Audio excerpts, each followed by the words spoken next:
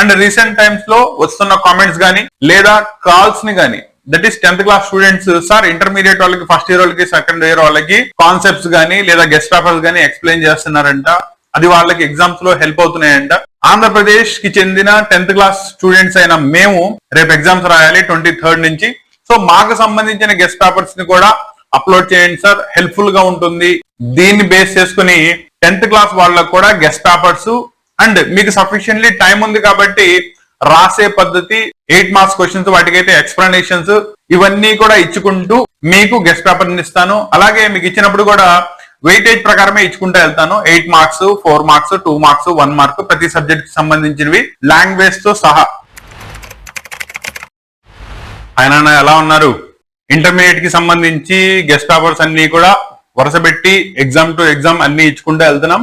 And మనం ఇచ్చిన guest paper నుంచి క్వశ్చన్స్ ఎన్ని వస్తున్నాయి, ఎగ్జామ్స్ ఎలా రాస్తున్నారు, అవన్నీ కూడా మీరు డైరెక్ట్లీ ప్రతి వీడియో కింద కరస్పాండింగ్ స్టూడెంట్స్ ఇచ్చిన కామెంట్స్ లోకి వెళ్ళి చూసుకుంటే మన గెస్ట్ పేపర్స్ యొక్క క్యాలిబర్ ఏంటో. అండ్ జస్ట్ ఫస్ట్ ఇయర్ వాళ్ళకి కనుక తీసుకున్నట్టయితే ఈ సంవత్సరం ఒకే ఒక బోర్డు మోడల్ పేపర్ మాత్రమే మనకి సోర్స్ కింద ఉంది. దాన్ని బేస్ చేసుకునే రిమైనింగ్ సబ్జెక్ట్స్ అన్నిటికీ సంబంధించిన గెస్ట్ పేపర్స్ ని రెడీ చేశాం. అండ్ మోర్ దాన్ 80+ యాక్యురసీతో గెస్ట్ పేపర్స్ నుంచి చదివిన క్వశ్చన్స్, కాన్సెప్ట్స్ అవే వస్తున్నాయని చెప్పి నేను చెప్పడం కాదు, స్టూడెంట్సే చెప్తున్నారు. అండ్ దానికి తగ్గట్టుగా ఎగ్జామ్ లో వాళ్ళ యొక్క పర్ఫార్మెన్స్ జరుగుతుంది. నౌ మెయిన్ స్ట్రీమ్ లోకి వద్దాం. ఈ రోజు వచ్చేటప్పటికల్లా మన సెషన్ 10th క్లాస్ కి సంబంధించిన మ్యాథమెటిక్స్ తో ఫస్ట్ స్టార్ట్ చేస్తున్నాం. అలాగే దీనికి సంబంధించిన సబ్జెక్ట్స్ అన్ని వస్తాయి. సైన్స్, సోషల్ అండ్ సైన్స్ లో తీసుకుంటే కనుక ఫిజిక్స్, కెమిస్ట్రీ, బయాలజీ, అలాగే ఇంగ్లీషు, తెలుగు, హిందీ అన్ని కూడా 1 by 1 ఇస్తాను. జాగ్రత్తగా రివైజ్ చేసుకోండి. దీంతో పాటు మీకు ఆల్రెడీ డిఫరెంట్ స్కూల్స్ లో 100 days ప్లాన్ బుక్స్ అని, ఇవాళ ఆల్ ఇన్ వన్స్ అని ఇవన్నీ ఉన్నాయి. వాటిని కూడా సైమల్టేనియస్లీ రివైజ్ చేసుకుంటానే ముందుకెళ్ళండి. ఓకేనా? ఓన్లీ థింగ్ ఇస్ వీటిని కొంచెం ఎక్కువ కాన్సన్ట్రేట్ చేసి చూడండి. ఓకేనా? ఎందుకంటే ఈ సంవత్సరం బోర్డు వాడు రిలీజ్ చేసిన ప్యాటర్న్ ని బేస్ చేసుకుని మోస్ట్ ప్రాబబుల్ కాన్సెప్ట్స్ గానీ లేదా క్వశ్చన్స్ గానీ ఇక్కడ మీకు డిజైన్ చేసి ఇవ్వడం జరిగింది. క్లారిటీ వచ్చిందా? సో ఇది మెయిన్ స్ట్రీమ్ నుంచి పక్కకి వెళ్ళిపోతాం. అది వెళ్ళకూడదు అంటే కనుక మ్యాథమెటిక్స్ ఫస్ట్ పేపర్ ని జాగ్రత్తగా చూసుకోండి. ఈచ్ క్వశ్చన్ క్లియర్లీ ఎక్స్ప్లెయిన్ చేస్తాను అండ్ ఎక్స్ప్లెనేషన్ కూడా ప్రాపర్లీ చూసుకోండి. రెండోది, వీటిల్లో చాలా వరకు ఇంటర్ప్రిటేషన్స్ స్టూడెంట్ వి రాంగ్ ఉన్నాయి. నేను రీసెంట్లీ అబ్జర్వ్ చేస్తున్నా, డిఫరెంట్ స్కూల్స్ కి వెళ్తా ఉంటాను కాబట్టి వాటిల్లో స్టూడెంట్ నాకు వచ్చేసింది అనుకుంటాడు, కానీ రాసేటప్పుడు వల్ల కాన్సెప్ట్ లో క్లారిటీ లేక తప్పులు రాస్తున్నాడు. దానివల్ల రేపు రాసేసి నాకు 10% మార్క్స్ వచ్చేస్తాయి అనుకుంటాడు, కానీ మార్క్స్ ని లాస్ అవుతాడు. ఎందుకు? ఇంటర్ప్రిటేషన్ సరిగ్గా లేక. కాబట్టి వాటిల్ని కూడా ఇన్ డీటెయిల్ ఎక్స్ప్లెయిన్ చేసుకుంటా వెళ్తాను, జాగ్రత్తగా చూసుకోండి. క్లియరా? సో దీనిలో ముందు 8 మార్క్స్ క్వశ్చన్ లో ఇది గెస్ట్ పేపర్ 1. సో దీనిలో మీకు ఒక 10 క్వశ్చన్స్ ఎక్స్ప్లెయిన్ చేశాను, వాటిని జాగ్రత్తగా చూసుకోండి. దీనిలో ఫస్ట్ వచ్చేస్తే గనక ఇర్రేషనల్ నెంబర్స్ ని ప్రూవ్ చేయడం. √2 గానీ, √3 గానీ, √7 గానీ, √5 గానీ వీటిల్లో ఏమి ఇచ్చినా కూడా ప్రూఫ్ రాసే పద్ధతి ఒకటే ఉంటుంది. దీన్ని ప్రూవ్ చేసే మెథడ్ వచ్చేటప్పటికల్లా కాంట్రాడిక్షన్ మెథడ్ లో ప్రూవ్ చేస్తాం. నాన్న కాంట్రాడిక్షన్ మెథడ్ తెలుసా? అంటే మనం ఏదైతే అజ్యూమ్ చేస్తామో దాన్ని మనమే రాంగ్ అని చెప్పి చివరిలోకి వెళ్ళిన తర్వాత ప్రూవ్ చేస్తే మనం అనుకున్న స్టేట్మెంట్ ని మనమే ప్రూవ్ చేశాం కాబట్టి ఇట్ ఈస్ ఏ కాంట్రాడిక్షన్ అవుతుంది. కాబట్టి మనం ఏదైతే ప్రూవ్ చేయాలో దాన్ని ఆపోజిట్ పద్ధతిలో చూపిస్తాం. ఎగ్జాంపుల్, ముక్కు ఎదరుంటుంది, అవునా? నేనేం తీసుకుంటాను? వెనకాల ఉంటుందని తీసుకుంటా. అదే రాంగ్ అని ప్రూవ్ చేస్తా. సో నేను వెనకాల ఉంటుంది రాంగ్ అని చెప్పానంటే ఆటోమేటికల్ ఇదేమవుతుంది? ఫ్రంట్ కు ఉంటుందని. క్లారిటీ వచ్చిందా? అలాగే నువ్వు చెప్పింది ట్రూ, ఓకేనా? దాన్ని నేను ఆపోజిట్ కాంట్రడిక్షన్ ప్రూవ్ చేశాను అనుకోండి, ఆటోమేటికల్లీ నేను ఫాల్స్ అని చెప్పక్కల్లా, అవునా? ట్రూ అనేది రాంగ్ అంటే ఫాల్స్ చెప్పేసినట్టేగా. క్లారిటీ వచ్చిందా? అలాగే నెంబర్ సిస్టమ్ లో రియల్ నెంబర్స్ లో కనుక మనం చూసుకున్నట్టయితే నెంబర్స్ ని ఓవరాల్ గా రియల్ నెంబర్స్ ని 2 పద్ధతుల్లో క్లాసిఫికేషన్ చేయొచ్చు. ఉంటే రేషనల్ అవుతాయి, రెండోది ఇర్రేషనల్ అవుతాయి. నువ్వు ప్రూవ్ చేయాల్సింది ఏంటి? ఇర్రేషనల్ అని ప్రూవ్ చేయాలి, ఓకేనా? కాబట్టి ఎలా తీసుకుంటావు? రేషనల్ అని తీసుకో. నువ్వు తీసుకున్న రేషనల్ అనేది రాంగ్ అని కనుక చెప్పినట్టయితే రేషనల్ రాంగ్ అంటే ఆటోమేటికల్ ఏమైంది? ఇర్రేషనల్ అయిపోద్ది. ఇదే మెథడ్ లో దీన్ని ప్రూవ్ చేస్తాం కాబట్టి దీన్నే మనం కాంట్రడిక్షన్ మెథడ్ అన్నాం. క్లారిటీ వచ్చిందా? ఓకేనా? కాబట్టి మనం ఇర్రేషనల్ అని ప్రూవ్ చేయాలి. కాబట్టి వీటిల్లో ఏదైనా ఒకటి తీసుకో. ఫర్ ఎగ్జాంపుల్ మధ్యలో ఉన్న 7 ని తీసుకుందాం. Let us assume that √7 is equal to a/b, be a rational number అనుకో. ప్రూవ్ చేయాల్సింది ఏంటి? ఇర్రేషనల్ నెంబర్, కానీ తీసుకుంది ఏంటి రేషనల్ నెంబర్. నేను తీసుకున్న రేషనల్ నెంబర్ అనేది రాంగ్ అని చెప్తాను. ఓకేనా? నౌ రేషనల్ నెంబర్ అంటే ఏముండాలి? p/q ఫామ్ లో ఉండాలి. Denominator q should not be is equal to 0 and p, q should be coprime అయి ఉండాలి. కరెక్టేనా? నో ఈ కోప్రైమ్ అనే కాన్సెప్ట్ లో ఇవి జరగదు అని కనుక చెప్పినట్టయితే అది రేషనల్ నెంబర్ కాకుండా పోతుంది. రేషనల్ నెంబర్ కాలేదు అంటే డైరెక్ట్లీ ఇర్రేషనల్ నెంబర్ అని చెప్పేయచ్చు. రెండోది, ఇక్కడ కోప్రైమ్ అంటే ఏంటి? ఏవైనా రెండు నెంబర్స్ తీసుకో అండ్ ఇక్కడ ఒక క్లారిటీ మెయింటైన్ చేయి. కోప్రైమ్ అంటే ఆ టూ నెంబర్స్ ప్రైమ్ అవ్వాల్సిన అవసరం లేదు. They can be composite number also. For an example, నేను ఒక సెట్ ఆఫ్ నెంబర్స్ తీసుకున్నాను 2, 9. ఓకేనా? దానిలో 2 ప్రైమ్ నెంబర్, 9 ప్రైమ్ నెంబర్ కాదు కదా. క్లారిటీ వచ్చిందా? కానీ రెండిట్లో కామన్ గా 1 టేబుల్ తప్ప వేరే టేబుల్ ఏది డివిజిబుల్ అవ్వదు చూడు. అలా ఒక పెయిర్ ఆఫ్ నెంబర్స్ తీసుకున్నప్పుడు వాటిల్లో 1 టేబుల్ మాత్రమే కామన్ డివిజిబుల్ ఉండి వేరే నెంబర్ ఏది కూడా డివిజిబుల్ కాకపోతే అటువంటి వాటిని మనం కోప్రైమ్ అంటాం. కాన్సెప్ట్ క్లారిటీ వచ్చిందా? సో జాగ్రత్తగా చూసుకోండి. సో దీన్ని రేషనల్ నెంబర్ అనుకున్నాను కాబట్టి ఈ స్టెప్స్ జాగ్రత్తగా చూసుకోండి. స్క్వేరింగ్ ఆన్ బోత్ సైడ్స్ చేస్తారు, రూట్ నుంచి బయటికి తీసుకురావాలి కాబట్టి దీనికి ఉన్న స్క్వేర్ క్యాన్సిల్ అయిపోతుంది.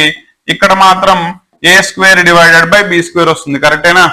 నో దీంట్లో b స్క్వేర్ ని తీసుకురా, 7 ని తీసుకెళ్ళు. That is nothing but b square ని తీసుకొచ్చావు కదా, b square is equal to a square divided by 7. దీనికి ఏదో ఒక నెంబరింగ్ ఇవ్వు 1. సో ఇక్కడ జాగ్రత్తగా చూసుకో, a స్క్వేర్ ని 7 తో డివైడ్ చేస్తే b స్క్వేర్ వస్తుంది అని వస్తుంది. అవునా? అంటే దీని యొక్క మీనింగ్ ఏంటి? a స్క్వేర్ డివిజిబుల్ బై 7 జరుగుతుందని మనం. రెండోది, మనం స్టేట్మెంట్ ఒకటి చదువుకున్నాం. అవునా? స్క్వేర్ ఆఫ్ ఏ నెంబర్ ఒక నెంబర్ తో డివిజిబుల్ అయితే దాని యొక్క స్క్వేర్ కాని నెంబర్ కూడా డివిజిబుల్ అవుతుంది అని. కాబట్టి ఇక్కడ ఏ స్క్వేర్ డివిజిబుల్ అయింది అంటే a is also divisible by 7. Clarity వచ్చిందా? నో ఇప్పుడు ఏ స్క్వేర్ డివిజిబుల్ బై 7 అంటే బి స్క్వేర్ అయిపోయింది. మరి ఏ డివిజిబుల్ బై 7 అంటే ఏదో ఒకటి ఉండాలిగా. కాబట్టి ఇక్కడ ఏమనుకుంటావు? ఏ డివిజిబుల్ బై 7 అనే దాన్ని సమ్ కే అనుకో. That implies A is equal ఎంత అవుతుంది? 7k. దీన్ని 2 అనుకో. క్లారిటీ వచ్చిందా? నో ఇక్కడ 2 లో నువ్వు రాసుకున్న ఏ వాల్యూని తీసుకొచ్చి ఫస్ట్ ఈక్వేషన్ లో సబ్స్టిట్యూట్ చేయి. That is b square is equal to 7k whole square divided by 7. That is nothing but నేను దీన్ని 7 స్క్వేర్ అంటే 7 into 7 into k square divided by 7 రాసుకోవచ్చా? ఒక 7 క్యాన్సిల్ అయిపోయింది, మిగిలిన 7 ఇటు పక్కకి తీసుకురా. b square by 7 is equal to k square. జాగ్రత్తగా అబ్జర్వ్ చేయి. ఇది నీకు జస్ట్ లైక్ 1 లానే వచ్చిందా? నా ఇప్పుడు నువ్వు కనుక అబ్జర్వ్ చేసుకున్నట్టయితే ఇక్కడ ఏ స్క్వేర్ డివిజిబుల్ బై 7 అయింది అంటే ఇక్కడ b square divisible by 7ఏగా.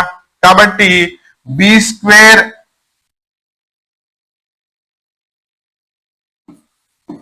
Square divisible by 7 అయింది అంటే b is also divisible by 7ఏగా. క్లారిటీ వచ్చిందా? ఇక్కడేమో ఏ డివిజిబుల్ బై 7 అన్నావు, ఇప్పుడేమో b డివిజిబుల్ బై 7 అంటే రెండు కూడా 7 టేబుల్లో క్యాన్సిలేషన్ అవుతున్నాయి అని. కరెక్టేనా? కానీ కోప్రైమ్ అంటే స్టార్టింగ్ లోనే డెఫినేషన్ చెప్పాను ఏమని? 2 నెంబర్స్ లో 1 టేబుల్ తప్ప వేరేది పోకూడదు అని. కానీ ఇక్కడ a కామా b లో 7 టేబుల్ పోతుందిగా. అంటే బోత్ ఆర్ డివిజిబుల్ బై 7 అంటే a comma b are not coprime. కరెక్టేనా? సో నీ దానికి స్టేట్మెంట్ దానికి కాంట్రడిక్షన్ ఎలా వచ్చిందో అర్థమైందా? ముందుది స్టెప్స్ అన్ని కూడా b స్క్వేర్ చేయడం ఈజ్ ఈక్వల్ టు k రాయడం స్టెప్స్ జాగ్రత్తగానే చేస్తున్నారు, కానీ రిప్రజెంటేషన్ లో స్టూడెంట్ రాంగ్ చేస్తున్నాడు. కాబట్టి దీన్ని జాగ్రత్తగా చూసుకొని అన్న. క్లియరా? కాబట్టి అవి ఎప్పుడైతే కోప్రైమ్ కావో hence it is a contradiction. ఎందుకు కాంట్రడిక్షన్? నువ్వేమనుకున్నావు? a బై b అనేది రేషనల్ నెంబర్ అనుకున్నావు, కానీ కోప్రైమ్ కానప్పుడు రేషనల్ నెంబర్ అవ్వదు కదా. కాబట్టి contradiction to our assumption that √7 is equal to a by b rational number. So rational number అనే దానికి ఇది కాంట్రడిక్షన్ అయితే ఆటోమేటికల్లీ ఏమవుతుంది? √7 is an irrational number, hence it is proved. Statements ఎలా రాయాలో ఎలా రాస్తున్నామో క్లారిటీ వస్తుందని అన్న. కాబట్టి దీన్ని జాగ్రత్తగా చూసుకో. ఇది రాసే పద్ధతి. ఇలా గనక రాసినట్టయితే నీకు 8 మార్క్స్ ఇస్తే 8 మార్క్స్ కి 8 మార్క్స్ పడతాయి. ఓకేనా. దీనిలో రెండో టైప్ ఆఫ్ ప్రాబ్లమ్స్ ఉన్నాయి. 2 + √3, 5 - √3, √3 + 2 √3 ఇలాంటివి ఇచ్చినప్పుడు కాంబినేషన్ ఆఫ్ రేషనల్ అండ్ ఇర్రేషనల్స్ ఇచ్చినప్పుడు కూడా 8 మార్క్స్ కి క్వశ్చన్ అడిగినప్పుడు మళ్ళీ దానిలో √7 మళ్ళీ నువ్వు ప్రూవ్ చేయాల్సి వస్తుంది. కాబట్టి ఈ ప్రూఫ్ ప్రాపర్లీ వస్తేనే ఆ 8 మార్క్స్ కి 8 మార్క్స్ ప్రాపర్లీ గెయిన్ చేసుకోగలవు. క్లియరా? ఇక్కడ దాకా ఎక్స్ప్లెనేషన్ లో ఏమైనా డౌట్స్ ఉంటే కనుక ఇమీడియట్లీ కామెంట్ లో తెలియజేయి. నీ ప్రతి కామెంట్ కి నేను ఆన్సర్ ఇస్తాను నాన్న. ఓకేనా? My dear 10th class students, అస్సలు కంగారు పడమాకండి. ఓకేనా? ఈ సంవత్సరం మనం 10% మార్క్స్, దట్ ఈస్ మినిమం 500 దాటేస్తున్నాం. సో ఇప్పుడు నాకు నువ్వు ఎలా ప్రిపేర్ అయ్యావు, ఎలా ప్రిపేర్ అవ్వలేదు, ఇదన్నీ నాకైతే తెలియదు. ఇక్కడి నుంచి అయితే మాత్రం ప్రాపర్లీ నీ ప్రిపరేషన్ ని చూసుకో. ఏ రోజు చెప్పిన క్లాస్ ఆ రోజు ప్రాపర్లీ రివైజ్ చేసుకో. డౌట్స్ వచ్చినాయి అన్ని కూడా క్లారిఫై చేసుకో. డెఫినెట్లీ మనం 500 ఈజీలీ దాటించవచ్చు. క్లారిటీ వచ్చిందా? సో ఈ ప్రాబ్లం అర్థమైతే నెక్స్ట్ ప్రాబ్లం లోకి వెళ్దాం. దీనిలో రెండో ఫామ్, దట్ ఈస్ ఒక రేషనల్ ప్లస్ ఒక ఇర్రేషనల్ కల్పిస్తాడు. వీటిని ప్రూవ్ చేయాలి. దీనిలో యాక్చువల్లీ 8 మార్క్స్ ఇచ్చినప్పుడు √3 ఇర్రేషనల్ కూడా ప్రూవ్ చేయాల్సి వస్తుంది. వేరాస్ 4 మార్క్స్ ఇస్తే కనుక 5 మార్క్స్ లేదు కాబట్టి 4 మార్క్స్ లో అయితే ప్రూఫ్ రాయాల్సిన అవసరం లేదు, డైరెక్ట్లీ రాసేద్దు. కానీ స్టెప్స్ అన్ని కూడా దీనికి సేమ్ ఉంటాయి. Let us assume that 5 - √3 = a/b, b a rational number. ఇక్కడ దాకా సేమ్ రాస్తావు. దీనిలో ఏం చేస్తావు, ఇప్పుడు √3 గారిని సపరేట్ చేయి, మిగతావన్నీ కూడా అవతల పక్కకి తీసుకెళ్ళిపో. అంటే √3 ని తీసుకురా, మిగతా వీటి తీసుకొస్తే 5 - a/b = √3. LCM తీస్తే 5b - a divided by b √3. దీన్ని 1 అనుకో. ఇప్పుడు ఇక్కడ జాగ్రత్తగా చూడు. ఇక్కడ నుంచి మనం రాసేటప్పుడు 4 మార్క్స్ అయితే ఎలా రాయాలి, 8 మార్క్స్ అయితే ఎలా రాయాలి. 4 మార్క్స్ అయితే లెఫ్ట్ సైడ్ లో ఉన్నది నువ్వు జాగ్రత్తగా చూసుకుంటే numerator by denominator p/q form లో ఉందా? సో p/q ఫామ్ లో ఉంది కాబట్టి it is a rational number. వేరాస్ we know that √3 is an irrational number. ఇది మనకు ఆల్రెడీ తెలుసు. సో రాసేసి ఒక రేషనల్ నెంబర్ ఒక ఇర్రేషనల్ నెంబర్ రెండు కూడా ఎప్పుడూ సమానం అవ్వవు కాబట్టి hence it is a contradiction to our assumption that it is a rational number. Hence 5 - √3 is an irrational number అని చెప్తావు. ఇది 4 మార్క్స్ కి ఇస్తే. అదే 8 మార్క్స్ కి ఇస్తే ఇక్కడ దాకా 1 అనుకొని now let us consider √3 = p/q అని రాసి మళ్ళీ దీన్ని మనం ఇందాక రాసినట్టు కంప్లీట్ ప్రూఫ్ దాన్ని చేయాలి. బికాస్ దానికి అక్కడ 4 మార్క్స్ వస్తాయి. ఓకేనా? లాస్ట్ లో ఆన్సర్ ని ఇంటర్ప్రిటేషన్ చేసినందుకు 1 మార్క్. సో 3 + 4 7, 7 + 1 8 మార్క్స్ వస్తాయి. కాబట్టి నీ వెయిటేజ్ ని బేస్ చేసుకుని మనం ఎక్స్ప్లెనేషన్ రాయాలి. దీన్ని జాగ్రత్తగా గుర్తుపెట్టుకోండి. ప్రూఫ్ రాయడంలో రేషనల్ అండ్ ఇర్రేషనల్ నెంబర్స్ దాంట్లో 8 మార్క్స్ ఇస్తే ఎలా రాయాలి, 4 మార్క్స్ ఇస్తే ఎలా రాయాలి, ప్రూఫ్ కంప్లీట్లీ ఎలా రాయాలి, మొత్తం క్లారిటీ వచ్చిందా? జాగ్రత్తగా చూసుకోండి. నెక్స్ట్ ప్రాబ్లం చూడండి. Solve graphically 2x + y - 6 divided by is equal to 0. 4x - 2y - 4 is equal to 0. ఓకేనా? Pair of linear equations. దీని నుంచి ఒక గ్రాఫ్ అయితే కంపల్సరీ వస్తుంది. ముందు ఒక్కొక్క దానికి మినిమం 2-3 సొల్యూషన్స్ తీసుకురావాలి. దట్ ఈస్ నీ గ్రాఫ్ లో డ్రా చేయాలంటే ముందు కోఆర్డినేట్ పాయింట్స్ ఉండాలి కదా, వాటిల్ని మనం సొల్యూషన్స్ అంటాం. వాటిల్ని ముందు డ్రా చేసిన తర్వాత దాన్ని తీసుకెళ్లి గ్రాఫికల్లీ రిప్రజెంట్ చేద్దాం. ఓకేనా? గ్రాఫ్ లో ఇవి జాగ్రత్తగా గుర్తుపెట్టుకో. It is a linear equation, it is also a linear equation in 2 variables కాబట్టి రెండు కూడా నువ్వు గ్రాఫ్ లో డ్రా చేస్తే స్ట్రైట్ లైన్స్ వస్తాయి. కొంతమంది తెలియక మామూలుగా చేత్తో కలిపేసి కర్వ్ నేచర్ ని చూపిస్తున్నారు. నాన్న అలా చేయకూడదు. They are the linear equations కాబట్టి they must be the straight line. కాకపోతే అవి రెండు ఇంటర్సెక్ట్ అవుతున్నాయా, ప్యారలల్ అవుతున్నాయా, కోయిన్సైడింగ్ అవుతున్నాయా మారొచ్చు నేచర్ ని బేస్ చేసుకుని. కానీ ఈచ్ వన్ తీసుకుంటే కనుక అది స్ట్రైట్ లైన్ అవుతుంది. దీన్ని జాగ్రత్తగా గుర్తుపెట్టుకోండి. క్లారిటీ వచ్చిందా? Now let us take first equation తీసుకుందాం. 2x + y - 6 is equal to 0. ఒక్కొక్క దానికి సొల్యూషన్స్ ఎలా తీసుకురావాలో చెప్తాను. ఓకేనా? గ్రాఫ్ ఆటోమేటికల్లీ మీకు తెలుసు కాబట్టి దాన్ని గ్రాఫ్ లో రిప్రజెంట్ చేద్దరు. కానీ క్లారిటీ వచ్చిందా? నా ఫస్ట్ ఇది కనుక చూసుకున్నట్టయితే దీన్ని x ని సపరేట్ చేసి ప్రాబ్లం చేయొచ్చు, y ని సపరేట్ చేసి ప్రాబ్లం చేయొచ్చు.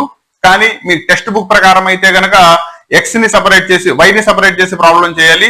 సో y గారిని ఇక్కడే ఉంచి మిగతా రెండు అటు తీసుకెళ్లిపోతే 6 - +6 కాస్త అటు వెళ్ళిపోతే మైనస్ అటు వెళ్ళిపోతే +6 అవుతుంది. ఇది మైనస్ అవుతుంది. నౌ దీని యొక్క సొల్యూషన్స్ ఎలా చేసి రావాలి అనేది దాని యొక్క సొల్యూషన్ బాక్స్ యొక్క కన్స్ట్రక్షన్ చూసుకో. ముందు x values, y values, x values మనం తీసుకుంటాం, వై వాల్యూస్ ఈక్వేషన్ లో సబ్స్టిట్యూట్ చేసి తీసుకొస్తాం. ఓకేనా?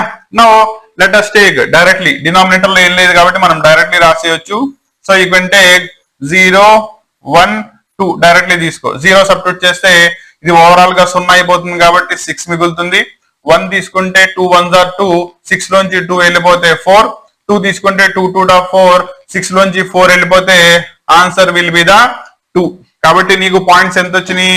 0, 6, 1, 4, 2, 2. ఇవి 3 straight lines, that is points పెట్టేసి వాటిని కలిపేస్తే ఈ will get a straight line వచ్చేస్తుంది. సొల్యూషన్స్ ఎలా తీసుకురావాలి, సొల్యూషన్ బాక్స్ ఎలా రాయాలి అర్థమైందా? మినిమం 3 సొల్యూషన్స్ కంపల్సరీ చూపించాలి నాన్న, ఎందుకంటే దీనిలో మనకి 8 మార్క్స్ ఇస్తాడు కాబట్టి 4 మార్క్స్ నువ్వు సొల్యూషన్స్ రాసిన దానికి, 4 మార్క్స్ గ్రాఫ్ చూపించిన దానికి మార్క్స్ ఇస్తారు. క్లారిటీ వచ్చిందా?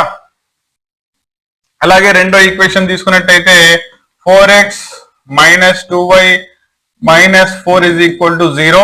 దేర్ ఫోర్ y ని సెపరేట్ చేయాలి కాబట్టి దీన్ని తీసుకెళ్ళండి. 2y = 4x - 4 or y = 4x - 4 divided by 2. రెండిట్లోనూ 2 క్యాన్సిల్ అవుతుంది కాబట్టి తీసేస్తే ఇట్ ఈస్ 2x - 2 అనేది నీకు ఈక్వేషన్ మిగిలింది. దీనికి సొల్యూషన్ బాక్స్ ని కన్స్ట్రక్ట్ చేయి. ఎక్స్ వాల్యూస్ మనం తీసుకుంటాం, వై వాల్యూస్ వస్తాయి. ఓకేనా? లెట్ us టేక్ సేమ్ ఇందాకలాగే తీసుకుందాం, ఈజీగా అయిపోతుంది. 0 1 2 చూడు, 0 సబ్స్టిట్యూట్ చేసి ఇది మొత్తం 0 అయిపోతుంది కాబట్టి y = -2 వస్తుంది. 1 పెట్టామంటే 2 1s are 2, 2 - 2 చేసుకుంటే 0.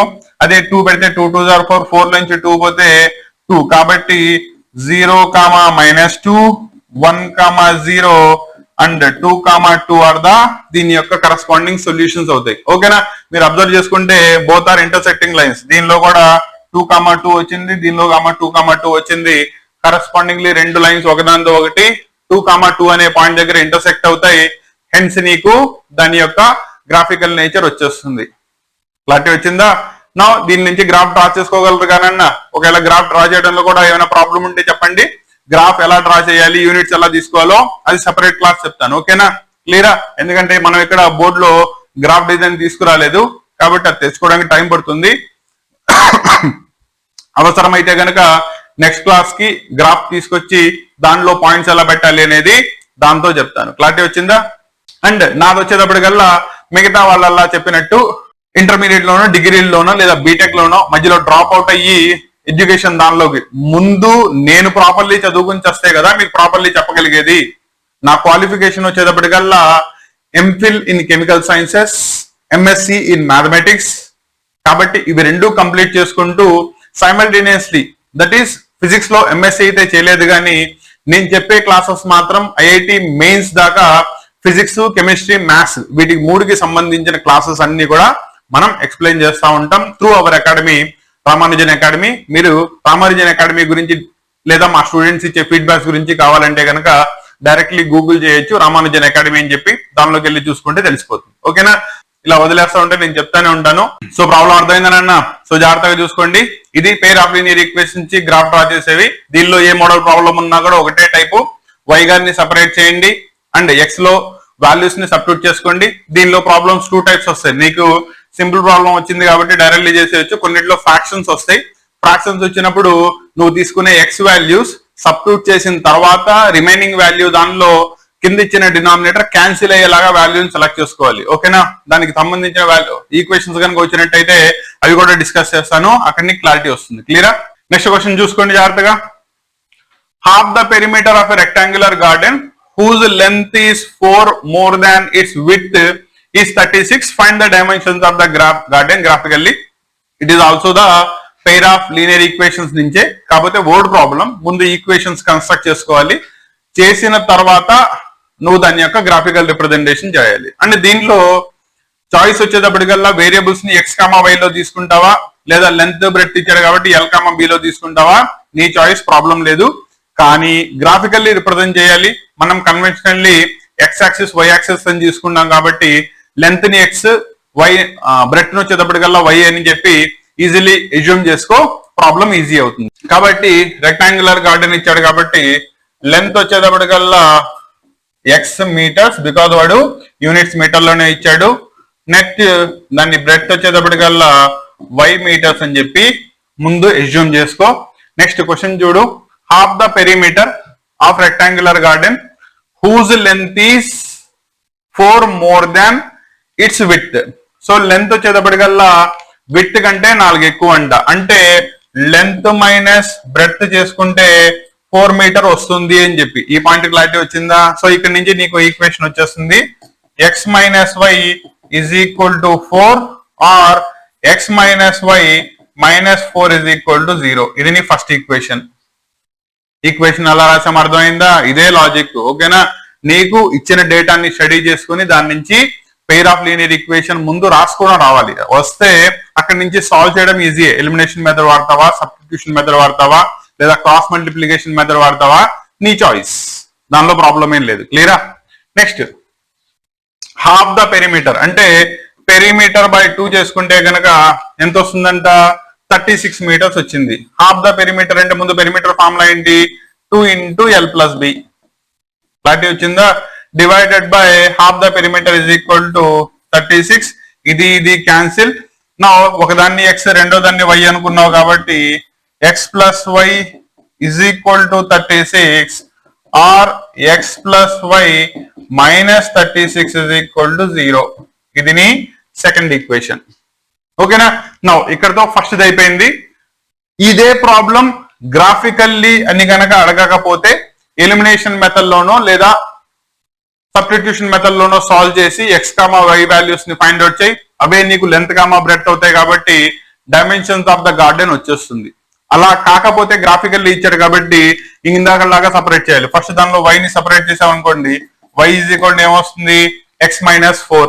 మళ్ళీ ఎక్స్ ఈజ్ ఈక్వల్ టు 0 వెంటూ వాల్యూ తీసుకో. కరస్పాండింగ్లీ నీకు సొల్యూషన్ టేబుల్ ఫామ్ అయిపోతుంది, ఇంటర్సెక్షన్ పాయింట్స్ వస్తాయి అండ్ హెన్స్ దాని నుంచి గ్రాఫ్ రిప్రజెంట్ చేయొచ్చు. ప్రాసెస్ ఆఫ్ సాల్వింగ్ అర్థమైనట్టేనా? క్లియరా?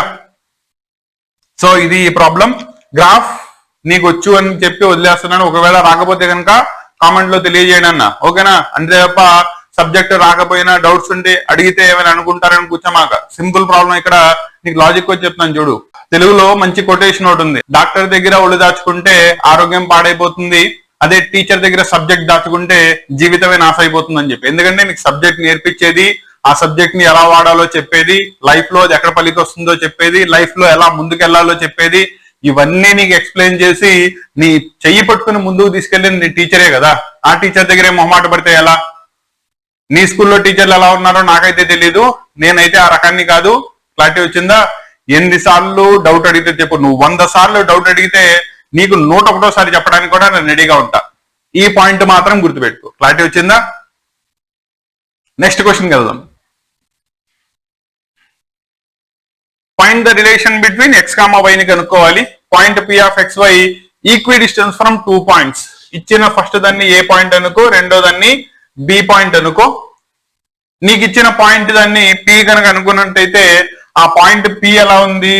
రెండింటి నుంచి ఈక్వి డిస్టెన్స్ లో ఉంది. అవి రెండు స్ట్రైట్ లైన్ లో ఉండాల్సిన అవసరం లేదన్న, జాగ్రత్తగా గుర్తుపెట్టుకో. ఎక్కడైనా ఉండొచ్చు, కాకపోతే ఈ డిస్టెన్స్ ఎంతో ఈ డిస్టెన్స్ కూడా అంతే. ఓకేనా? అంటే నీకు ఏమి ఇచ్చాడు? ఇప్పుడు ఈ పాయింట్ కనుక పి అనుకుంటే p of a is equal to p of b అని ఇచ్చాడు. కరెక్టేనా? సో డిస్టెన్స్ ఫార్ములా వాడు. డిస్టెన్స్ కనుక్కోవడానికి ఫార్ములా ఏంటి? Square root of x2 minus x1 whole square y2 minus y1 whole square. ఇది తెలుసు కదా. సో దాన్ని అప్లై చేస్తే x2 minus x1 whole square that is x minus 3 whole square y minus 6 whole square with respect to a అయితే square root of x minus of minus x plus 3 whole square y minus 4 whole square. Substitution అయిపోయింది. దీన్ని ఇంకా నువ్వు solve చేసుకుంటే equation వచ్చేస్తుంది. ముందు ఏం చేస్తావు? రూట్లు వెళ్ళిపోవాలి కాబట్టి స్క్వేరింగ్ ఆన్ బోత్ సైడ్స్ ఏనన్నా. అండ్ ఇక్కడ 10th క్లాస్ వాళ్ళకి నేను పాయింట్ చెప్తున్నాను, జాగ్రత్త గుర్తుపెట్టుకోండి. ఇక్కడ చాలా మంది స్టూడెంట్స్ SOBS అని రాస్తున్నారు. 10th క్లాస్ బోర్డ్ మోడల్ పేపర్లో షార్ట్ కట్స్ వాడమాకండి నాన్న. నువ్వు అలా వాడేవు అంటే నీకు ఒళ్ళు బద్ధకం అని చెప్పి నెగిటివ్ ఇంప్రెషన్ ఇస్తుంది. అది నీ పేపర్ మొత్తంలో కనబడింది అనుకో, నువ్వు కంటెంట్ రాసి కూడా మార్క్స్ లాస్ అయిపోతావు. కాబట్టి ఆ పరిస్థితులు తెచ్చుకోమాకండి. కంటెంట్ ని క్లియర్ గా రాయండి. రేపు పొద్దున నాకు నా పేపర్ ని వాల్యుయేషన్ చేసే ఎగ్జామినర్ కి నేను తెలియదు కాబట్టి నేను ఎంత బాగా రిప్రజెంట్ చేస్తే, ఎంత క్లియర్ గా రిప్రజెంట్ చేస్తే ఆయన దాన్ని అంత బాగా కన్సిడర్ చేస్తాడు అండ్ హెన్స్ నాకు మార్క్స్ కూడా అలాగే వస్తాయి. ఈ పాయింట్ ని గుర్తుపెట్టుకోండి. అంతే తప్ప నేను ఏదో రాసి మార్కులు వేస్తాలి అనుకుంటే ఆయన కూడా ఏదో వేయొచ్చులే, పాస్ అయితే పాస్ అవుతాడు, ఫెయిల్ అయితే ఫెయిల్ అవుతాడు అనుకుంటాడు. కాబట్టి ఈ పద్ధతిలో ఉండమాకండి. So squaring on both sides చేస్తే బోత్ సైడ్స్ స్క్వేర్స్ క్యాన్సిల్ అయిపోతాయి. లెఫ్ట్ సైడ్ లో a minus b whole square formula ఉంది. A square minus 2ab 2 3s are 6x plus b square 3 square అంటే 9. నెక్స్ట్ దీనికి a minus b again y square minus 2ab that is 2 into y into 6 కరెక్టేనా? 2 6 12 చేసుకుంటే వచ్చేస్తుంది. Plus 36 is equal to right side లో చూడు x square plus 6x plus 9 y square minus 8y plus 4 square అంటే 16. ఓకేనా? నా ఇక్కడ పాయింట్ చూసుకున్నట్టయితే బోత్ సైడ్స్ ఈక్వల్ క్వాంటిటీస్ ఉంటే క్యాన్సిల్ చేయొచ్చు. కాబట్టి లెఫ్ట్ సైడ్ లో x square y square, right side లో x square y square cancel. No left side లో ఎక్స్ మైనస్ లో ఉన్నాయి కాబట్టి అటు తీసుకెళ్ళు. సో ఈ మొత్తం అటు వెళ్ళిపోతే లెఫ్ట్ సైడ్ లో రైట్ సైడ్ లో నీకు ఆల్రెడీ 6x ఉంది, ఇది పక్క వెళ్తే అది మొత్తం 12x అవుతుంది. మైనస్ 8y ఉంది, ఇది అటు వెళ్ళిపోతే ప్లస్ అవుతుంది. సో 12 లోంచి 8 పోతే ప్లస్ 4y. నెక్స్ట్ కాన్స్టెంట్స్ కనుక జాగ్రత్తగా చూసుకోండి. 9 ప్లస్ 36 45 ఉంది, అటు వెళ్తే మైనస్ 45 అవుతుంది. అండ్ 45 నుంచి ఇది వెళ్ళిపోతే minus 20 is equal to 0. Next దీన్ని కనుక సింప్లిఫై చేస్తే ఈక్వేషన్ మొత్తంలో 4 టేబుల్ ని క్యాన్సిల్ చేయొచ్చు. Therefore 3x plus y minus 5 is equal to 0 is the required equation between x comma y అవుతుంది. పాయింట్ క్లారిటీ వచ్చిందా? కాన్సెప్ట్ క్లియరా? సో కాన్సెప్ట్ ని జాగ్రత్తగా చూసుకోండి. Equation between that is relation between x comma y, simple గా equation తీసుకురావాలి. వాడు ఏవైతే మనకి కండిషన్ చెప్తాడో ఆ కండిషన్ ని సబ్స్టిట్యూట్ చేయండి, సరిపోతుంది. క్లియరా? నెక్స్ట్ దానిలో 5th క్వశ్చన్ చూడండి. సో క్వశ్చన్ ఇచ్చేటప్పటికల్లా ఏ బాక్స్ కంటైన్స్ 60 డిస్క్లు ఉన్నాయి ఓవరాల్ గా, which are numbered from 1 to 90 దాకా నెంబర్స్ వేసి ఉన్నాయి. 1 disk is drawn at a random from the box. Find the probability that a 2-digit number. So మనకి numbers వచ్చేటప్పటికల్లా 1 దగ్గర నుంచి 90 దాకా నెంబర్స్ ఉన్నాయి. దీనిలో 2-digit నెంబర్స్ వచ్చేటప్పటికల్లా 10 దగ్గర నుంచి 90 అంటే టోటల్లీ 1 to 9 నెంబర్స్ కనుక తీసుకున్నట్టయితే ఓవరాల్ గా మనకి 81 2-digit నెంబర్స్ ఉంటాయి. దట్ ఈస్ 10 దగ్గర నుంచి 90 దాకా 2-digit నెంబర్ వచ్చే ప్రాబబిలిటీ కనుక్కోమన్నాడు. కాబట్టి probability of drawing a 2-digit number is equal to probability of A event అయినా ఫైండ్ అవుట్ చేయాలంటే ఫార్ములా ఏంటి? దానికి సంబంధించిన ఫేవరబుల్ అవుట్కమ్స్ డివైడెడ్ బై నీకు శాంపుల్ స్పేస్ లో ఉండే total outcomes. So total outcomes మనకు వచ్చేటప్పటికల్లా 90 పాసిబిలిటీస్ ఉంటే దాంట్లో నుంచి నిన్ను ఫేవరబుల్ కనుక్కోమన్నాడు కాబట్టి 81 డివైడెడ్ బై 90. అండ్ క్వశ్చన్ లో ఇక్కడ స్టార్టింగ్ లో మీకు రాంగ్ ఒకటి ఇచ్చాను, జాగ్రత్తగా చూసుకోండి. ఏ బాక్స్ కంటైన్స్ 60 కాదు ఇక్కడ 90 డిస్క్లు, ఇవి కరెక్షన్ చేసుకోండి. సో 90 డిస్క్లు ఉన్నాయి, దానిలో 1 దగ్గర నుంచి 90 దాకా మనకి నెంబర్స్ వేసి ఉన్నాయి. నో దీనిలో కనుక తీసుకున్నట్టయితే 9 టేబుల్ క్యాన్సిల్ చేయండి. దట్ ఈస్ దీనిలో 9 టైమ్స్, దీనిలో 10 times. So 9 divided by 10 in terms of decimal లో చెప్పాలంటే ఇట్ ఈస్ 0.9 అవుతుంది. క్వశ్చన్ క్లారిటీ వచ్చిందా? నెక్స్ట్ రెండో క్వశ్చన్, ఏ పర్ఫెక్ట్ స్క్వేర్ అంటే పర్ఫెక్ట్ స్క్వేర్ వచ్చే ప్రాబబిలిటీని ఫైండ్ అవుట్ చేయాలి. నీకు పర్ఫెక్ట్ స్క్వేర్స్ ఏవేవి ఉన్నాయి? 1 to 90 వచ్చేటప్పటికల్లా 1 is a perfect square because దానికి స్క్వేర్ రాసుకుంటే స్క్వేర్ రూట్ క్యాన్సిల్ అయిపోయి బయటకు వచ్చేస్తుంది.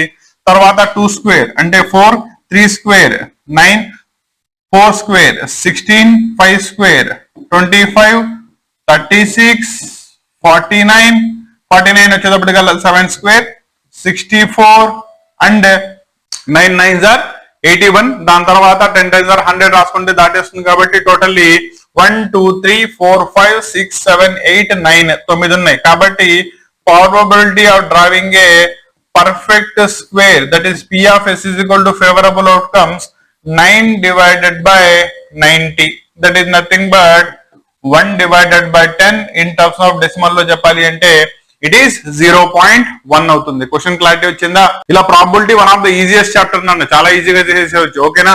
Only thing is sample space ని రాయడం, ఫేవరబుల్ అవుట్కమ్స్ ఏమొస్తాయో గమనించడం, ఇవి రెండు గనక చేసినట్టయితే ప్రాబబిలిటీ చాప్టర్ అంత ఈజీ చాప్టర్ లేదు నీకు ఓవరాల్ గా సిలబస్ లో ఉన్న 14 చాప్టర్లో. ఓకేనా? దీన్ని మాత్రం మర్చిపోమాగా.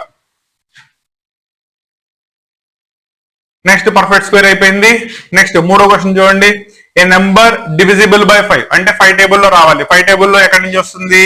5, 10, 15, 20 ఇలా రాసుకుంటా వెళ్తే ఓవరాల్ గా నీకు వచ్చేటప్పటికల్లా 90. సో ఇక్కడ జాగ్రత్తగా చూడండి. 0 to 10 మధ్యలో ఎన్ని ఉన్నాయి? 2. అలా ఎన్ని? 9 దాకా రాయాలి. సో 2 9s are 18 వస్తాయి. సో టోటల్లీ మనకి 18 నెంబర్స్ అంటే 90 దాకా. ఓకేనా? వేరే 19 టైమ్స్ చేసుకుంటే 95 దాటేస్తుంది కాబట్టి మనకి with in the sample space లో కనుక్కోవాలి. So totally 18.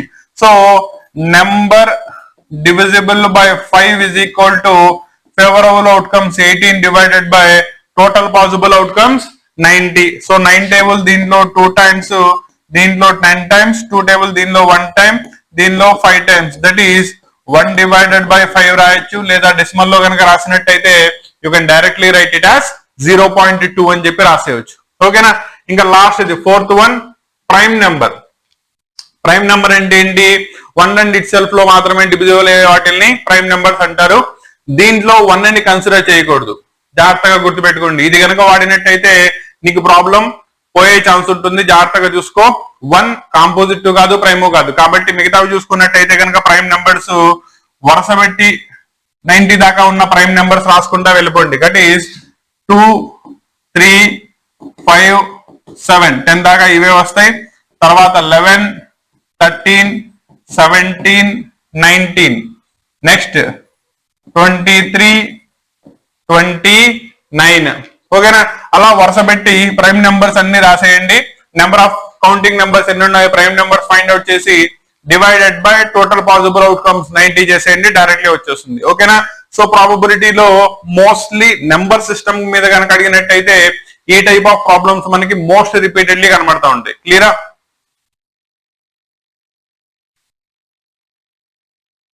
నెక్స్ట్ చేస్తూ చేస్తూ జామెట్రీలోకి వచ్చాం.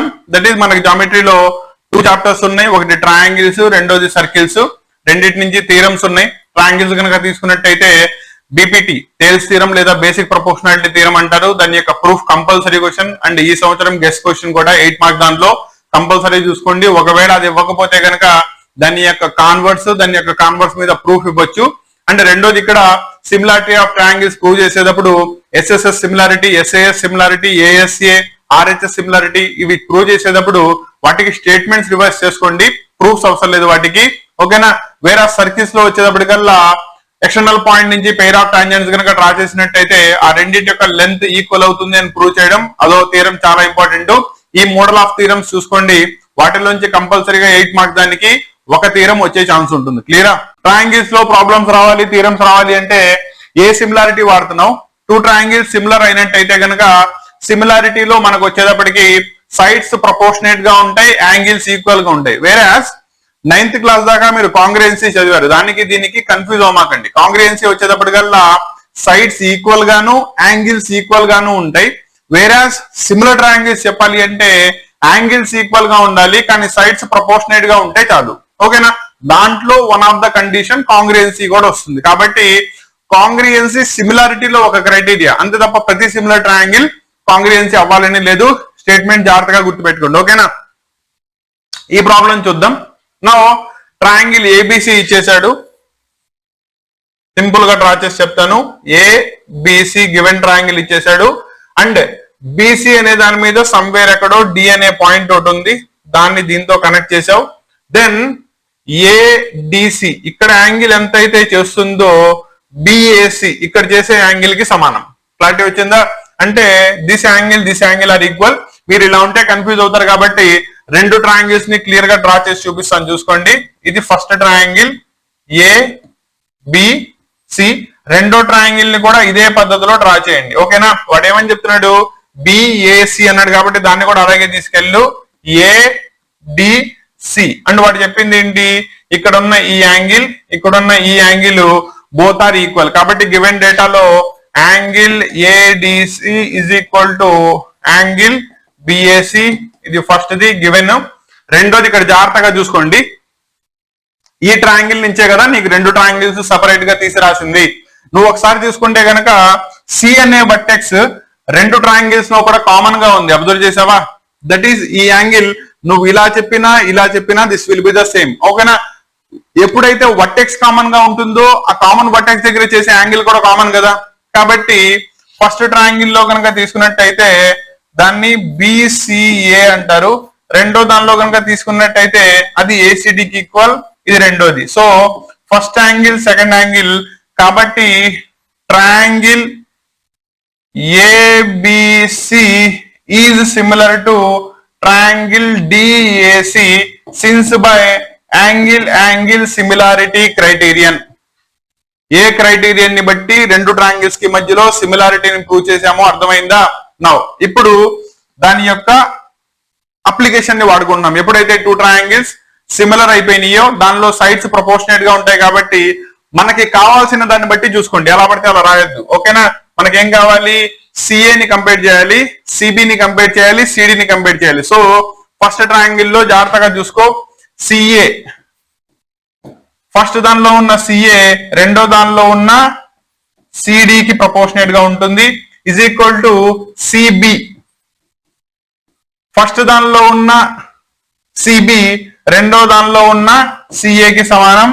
Since that by CPST corresponding parts of the similar triangles proportionate లో ఉంటాయని. నా దీన్ని క్రాస్ మల్టిప్లికేషన్ చేస్తే CA into CA square is equal to CB into CD. Hence నీకు కావాల్సింది ప్రూవ్ అయిపోయింది.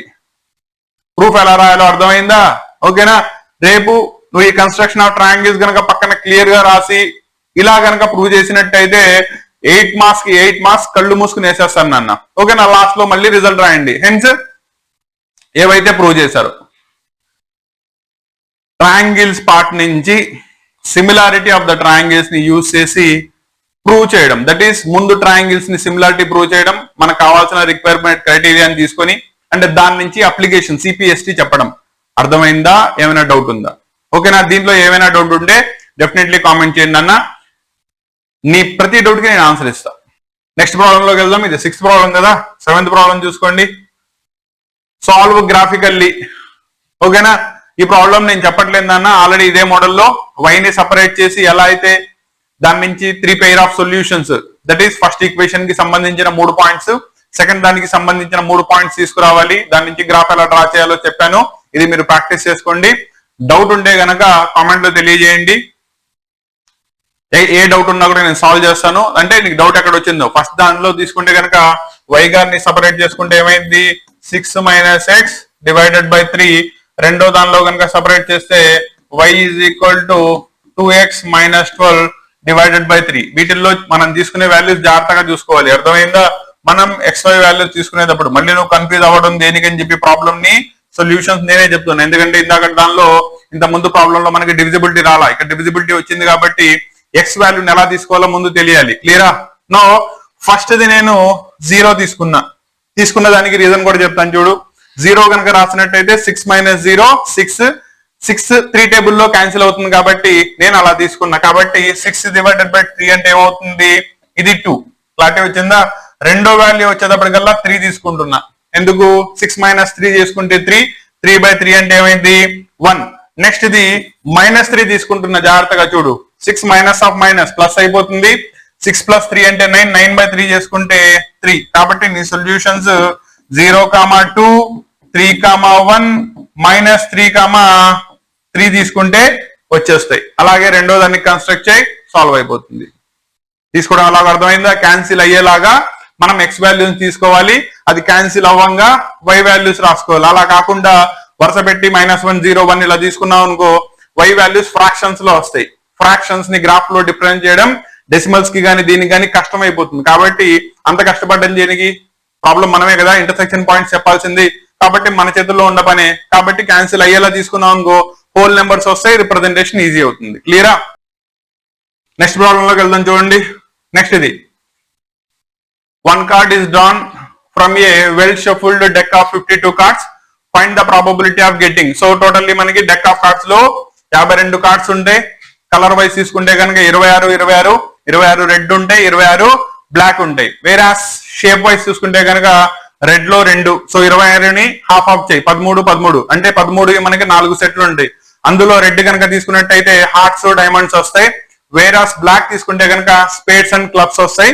ఈ 13 కాంబినేషన్ ప్రతి దానిలోనూ సేమ్ ఉంటుంది. ప్రతి దానిలోనూ 2 దగ్గర నుంచి 10 దాకా నెంబర్స్ ఉంటాయి. కింగ్ కార్డ్ ఒకటి ఉంటుంది, జాక్ కార్డ్ ఉంటుంది, క్వీన్ కార్డ్ ఉంటుంది. ఈ 3 ఫేస్ కార్డ్స్ అండ్ ఒకటే ఒక్క ఏస్ కార్డ్ ఉంటుంది. దాని మీద ఫేస్ ఉంటుంది కాబట్టి దాన్ని ఓన్లీ ఆల్ఫాబెటికల్ కార్డ్ అంటారు. సో ఇది కాంపోజిషన్. దీనిలో ఏమైనా డౌట్ ఉంటే కనుక తెలియజేయి, నీకు క్లియర్లీ ఎక్స్ప్లెయిన్ చేస్తాను. రెండోది క్వశ్చన్ లోకి వెళ్దాం. ఫస్ట్ ఇది కనుక తీసుకున్నట్టయితే ఈ జాక్ కార్డ్ రావాలి అంటే జాక్ కూడా ఎక్కడి నుంచి రావాలి? హార్ట్స్ నుంచి. హార్ట్స్ వచ్చేటప్పటికల్లా మనకి ఒక 13 సెట్టే ఉంటుంది. కాబట్టి హార్ట్స్ లో కనుక తీసుకున్నట్టయితే probability of Jack from heart is equal to hearts లో మనకి జాక్ ఒకటే ఉంటుంది.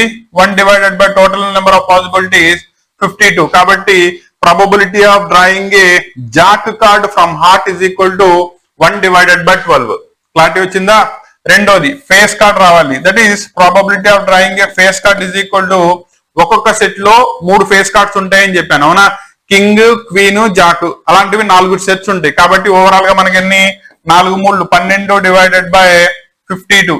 సో 4 టేబుల్, దీనిలో 3 టైమ్స్, దీనిలో 1 టైం, దీనిలో 3 టైమ్స్. కాబట్టి 3 divided by 13 will be your probability అవుతుంది. క్లియరా?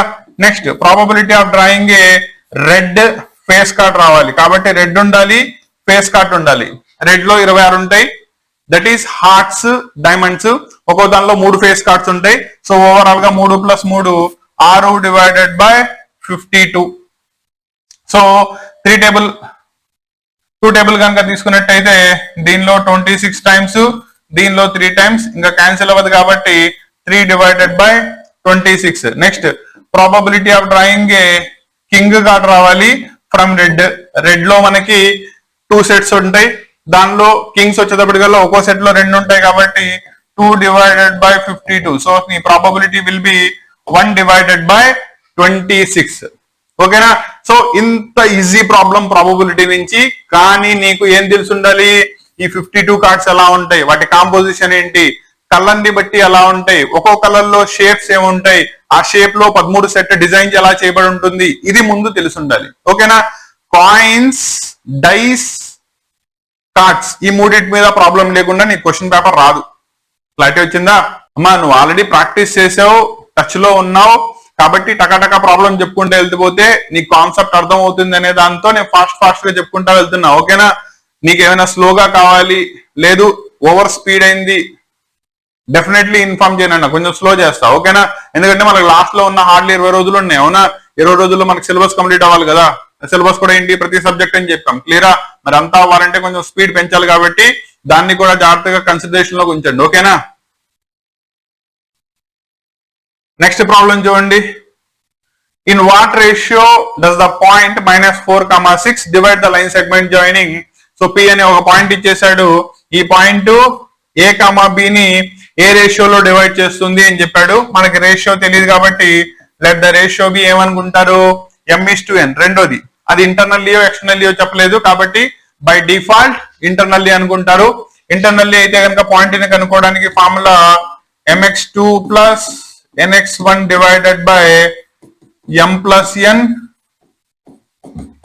n my2 + ny1 by m + n చేసుకుంటే వచ్చేస్తుంది. ఓకేనా? నా జాగ్రత్తగా సబ్స్టిట్యూట్ చేయి. పాయింట్ ఎంత ఇచ్చాడు? -4, 6 ఈజ్ ఈక్వల్ టు ఇది x1 y1 పాయింట్స్ అవుతాయి, ఇవి x2 y2 పాయింట్స్ ఉంటాయి. సో సబ్స్టిట్యూట్ చేస్తే 3m. Next x1 వచ్చేటప్పటికల్లా 6n divided by m + n. రెండోది y2 చూసుకోవాలి కాబట్టి -8m. నెక్స్ట్ y1 చూసుకోవాలి 10 + 10n divided by m + n. ఇది దీనికి ఈక్వల్. ఎప్పుడైతే మనకి రెండు కోఆర్డినేట్స్ ఈక్వల్ అవుతాయో కరస్పాండింగ్ కోఆర్డినేట్స్ ని కంపేర్ చేయొచ్చు, నీకు రేషియో వచ్చేస్తుంది. ఇక్కడ ఒక పాయింట్ జాగ్రత్త గుర్తుపెట్టుకో, నువ్వు రేషియో కంపేర్ చేసేటప్పుడు ఎక్స్ కోఆర్డినేట్ ని కంపేర్ చేసినా వై కోఆర్డినేట్ ని కంపేర్ చేసినా రేషియోలో మార్పు ఉండదు, సేమ్ వస్తుంది. ఓకేనా? మనం ఎక్సెల్ ని కంపేర్ చేద్దాం. That is 3m minus 6n divided by m plus n is equal to -4 కి సమానం. క్రాస్ మల్టిప్లికేషన్ చేయి. 3m minus 6n is equal to -4m minus 4n. ఎంలన్నీ ఒకవైపు తీసుకురా, ఎన్నులన్నీ ఒకవైపు తీసుకెళ్ళు. ఇదటి వస్తే యాడ్ అయితే 7m, ఇదటి వెళ్తే సబ్ట్రాక్ట్ అయితే 2n. మనకు కావాల్సింది m/n రేషియో కాబట్టి n గారిని ఇటు పక్కకి 7 ఇటు పక్కకి తీసుకెళ్ళు. m/n is equal to 2/7. So ఆ పాయింట్ డివైడ్ చేసే రిక్వైర్డ్ రేషియో ఎంత? 2:7. పాయింట్ క్లారిటీ వచ్చిందా? ఇంటర్నల్లీ ఎక్స్టర్నల్లీ రాసుకోవడం, కరస్పాండింగ్లీ కోఆర్డినేట్స్ ని కంపేర్ చేసుకోవడం, హెన్స్ క్రాస్ మల్టిప్లికేషన్ చేసుకుంటే నీకు m/n రేషియో డైరెక్ట్లీ వచ్చేస్తుంది నాన్న. క్లియరా? నెక్స్ట్ ప్రాబ్లం చూద్దాం. చూడండి. సో ఈసారి ఇచ్చే ఫస్ట్ 8 మార్క్స్ సిరీస్ లో ఇది లాస్ట్ ప్రాబ్లం. ఓవరాల్ గా మీకు 10 ప్రాబ్లమ్స్ డిజైన్ చేసి ఇచ్చాను. ఈచ్ కాన్సెప్ట్ నుంచి జాగ్రత్తగా రివైజ్ చేసుకుంటూ వెళ్ళండి. మీకు దీనిలో 8 మార్క్ దానిలో ఓవరాల్ గా 30 ప్రాబ్లమ్స్ ఉన్నట్టున్నాయి. అంటే ఓవరాల్ గా 3 సిరీస్ లో సాల్వ్ చేసుకుందాం. 3 వీడియోస్ అప్లోడ్ అవుతాయి దీనికి సంబంధించి. ప్రతి దానిలో కాన్సెప్ట్ ని జాగ్రత్తగా గుర్తుపెట్టుకుంటూ ప్రాబ్లమ్ ని సాల్వ్ చేసుకో. డౌట్స్ ఉంటే ఇమీడియట్లీ ఎక్స్ప్లెయిన్ చేయించుకో. సో దట్ రేపు ఎగ్జామ్ దానికి మనం 100/100 కొట్టాలంటే, ఎందుకంటే మనకి సిబిఎస్ఈ లాగా ఇంటర్నల్ మార్క్స్ లేవు. టోటల్లీ అన్ని కూడా బోర్డ్ ఎగ్జామ్ కి రాసేవే. నువ్వు ఎంత బాగా ప్రజెంట్ చేస్తే అన్ని మార్క్స్ వస్తాయి. క్లారిటీ వచ్చిందా? నెక్స్ట్ జాగ్రత్తగా చూడండి. ఏబిసిడి గారు ప్యారలోగ్రామ్ అంట. సో ప్యారలోగ్రామ్ ని కన్సిడర్ చేశారు. ఏబిసిడి ప్యారలోగ్రామ్ అండ్ డి అనే దాన్ని ప్రొడ్యూస్ చేశారు. దానిలో సమ్వేర్ ఎక్కడో ఈ అనే పాయింట్ ఉంది. నెక్స్ట్ బిఈని కలిపితే అది సిడిని ఎఫ్ అనే పాయింట్ దగ్గర ఇంటర్సెక్ట్ చేసింది. సో దీని వల్ల నీకు 2 ట్రయాంగిల్స్ ఫార్మేషన్ జరిగినాయి. ఒకటి ఏబిఈ ట్రయాంగిల్, పెద్ద ట్రయాంగిల్, పైకి వెళ్ళిన ట్రయాంగిల్. రెండోది CFB triangle. So triangle CFB. So ఈ పెద్ద ట్రయాంగిల్ సిఎఫ్బి ట్రయాంగిల్ కనబడుతుందా? సో ఆ రెండింటిని కూడా మనం ప్రూవ్ చేయాల్సి వస్తుంది. కాబట్టి సో జాగ్రత్తగా చూసుకోండి. ఆ 2 ట్రయాంగిల్స్ కనుక కన్సిడర్ చేసినట్టయితే ఇందులో ఏ దగ్గర యాంగిల్ ఎంత అయితే ఉంటుందో సి దగ్గర యాంగిల్ అంతే ఉంటుంది. కరెక్టేనా? బికాస్ పారలోగ్రామ్ లో ఆపోజిట్ యాంగిల్స్ ఆర్ ఈక్వల్, తెలుసు కదా. కాబట్టి in both the triangles angle BAE is equal to angle FCB. First ఇది అయిపోయిందా? యాంగిల్ ప్రూవ్ చేసావు. నెక్స్ట్ ఇది వచ్చేటప్పటికల్లా ఈ లైను దీన్ని కనుక సాగదీస్తే ఈ line pair of opposite sides of A parallelogram. కరెక్టేనా? అప్పుడు ఇక్కడ యాంగిల్ ఎంత అయితే ఉంటుందో ఈ యాంగిల్ అంతే ఉంటుంది. కరెక్టేనా? బికాస్ ఆల్టర్నేట్ ఇంటీరియర్ యాంగిల్స్ కాబట్టి. Therefore angle AEB is equal to angle CBF. ఇది నీకు రెండో angle since alternate interior angles. Therefore 2 angles సమానమైతే యాంగిల్ సిమిలారిటీ క్రైటీరియన్ యూజ్ చేయొచ్చు. హెన్స్ యాంగిల్ సిమిలారిటీ క్రైటీరియన్ నుంచి ట్రయాంగిల్ ఏబిఈ అండ్ సిఎఫ్బి రెండు కూడా ఒకదానికొకటి కాంగ్రియంట్ అవుతాయి. Therefore ABE is similar to triangle CFB. Hence it is proved. జామెట్రీలో prove చేయడం అర్థమవుతుందని అన్న. అంతే తప్ప ఇది పారలోగ్రామ్ లో ప్రాబ్లమ్స్ కాదు. యాక్చువల్లీ పారలోగ్రామ్ ఇచ్చాడు, కానీ దాని నుంచి కన్స్ట్రక్షన్ చేసుకుంటే మనకి 2 ట్రయాంగిల్స్ ఫామ్ అయినాయి. ఆ ట్రయాంగిల్స్ దానిలో మనకున్న సిలబస్ లో ఏ సిమిలారిటీ అప్లై అవుతుందో చూసుకొని most of the cases low angle similarity కుదురుతుంది. లేదా 90 degrees ఎక్కడైనా కనుక కనబడినట్టయితే RHS వస్తుంది. ఈ రెండింటిని జాగ్రత్తగా చూసుకోండి. ఒకటి కంపల్సరీగా కుదురుతుంది. అండ్ దాన్ని బేస్ చేసుకుని సిమిలారిటీ కనుక ప్రూవ్ చేయమంటే ఆ ప్రాబ్లమ్స్ కానీ, లేదా ఇందాక సిమిలారిటీ ప్రూవ్ చేసి దాని నుంచి CPST వాడడం, ఈ 2 మోడల్స్ ప్రాబ్లమ్స్ కంపల్సరీగా కవర్ అవుతాయి. క్లియరా? సో ఓవరాల్ గా ఇది 8 మార్క్స్ కి సంబంధించిన ఫస్ట్ గెస్ట్ పేపర్. ఓవరాల్ గా 10 క్వశ్చన్స్ దీంట్లో ఎక్స్ప్లెయిన్ చేశాను. మీకున్న సిలబస్ లో ప్రతి చాప్టర్ నుంచి జాగ్రత్తగా ప్రాక్టీస్ చేసుకోండి. ప్రాబ్లమ్స్ ని బట్టి పట్టమాకండి. ప్రాబ్లమ్స్ లో ఉన్న కాన్సెప్ట్ నేర్చుకోండి. దాని నుంచి అవే మోడల్స్ లో ఉన్న ప్రాబ్లమ్స్ ని రివైజ్ చేసుకోండి. ఆల్రెడీ ఇంటర్మీడియట్ వాళ్ళకి చెప్పాను, మీకు చెప్తున్నాను. ఎప్పుడైనా కూడా మోడల్స్ రిపీట్ అవుతాయి, ప్రాబ్లమ్స్ రిపీట్ అవ్వవు. ప్రాబ్లమ్స్ కూడా రిపీట్ అయ్యి అంటే మీ అదృష్టమే. క్లారిటీ వచ్చిందా? All the best. Next class session లో మళ్ళీ కలుస్తాను.